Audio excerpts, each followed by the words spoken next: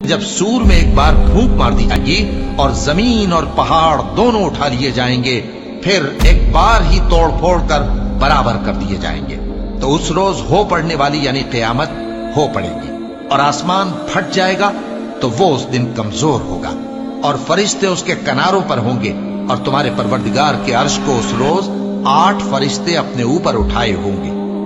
اس روز تم لوگ سب پیش کیے جاؤ گے اس طرح کہ تمہاری کوئی پوشیدہ بات چھپی نہ رہے گی۔ اب جس کا اعمال نامہ اس کے داہنے ہاتھ میں دیا جائے گا، وہ دوسروں سے کہے گا کہ لیجئے میرا نامہ اعمال پڑھیے، مجھے یقین تھا کہ مجھ کو میرا حساب کتاب ضرور ملے گا۔ پس وہ شخص من مانے عیش میں ہوگا، یعنی اونچے باغ میں جس کے میوے جھکے ہوئے ہوں گے۔ ان سے کہا جائے گا کہ جو اعمال تم ایام گزشتہ میں آگے بھیج چکے ہو، ان کے عوض مزے سے کھاؤ اور پیو۔ اور جس کا نامہ اعمال اس کے بائیں ہاتھ میں دیا جائے گا تو وہ کہے گا، اے کاش مجھ کو میرا اعمال نامہ نہ دیا جاتا اور مجھے معلوم نہ ہوتا کہ میرا حساب کیا ہے۔ اے کاش موت میرا کام تمام کر چکی ہوتی، آج میرا مال میرے کچھ بھی کام نہ آیا، مجھ سے میرا اقتدار جاتا رہا۔ حکم ہوگا کہ اسے پکڑ لو، اب اسے طوق پہنا دو، پھر دوزخ کی آگ میں اسے جھونک دو، پھر زنجیر سے جس کی لمبائی 70 گز ہے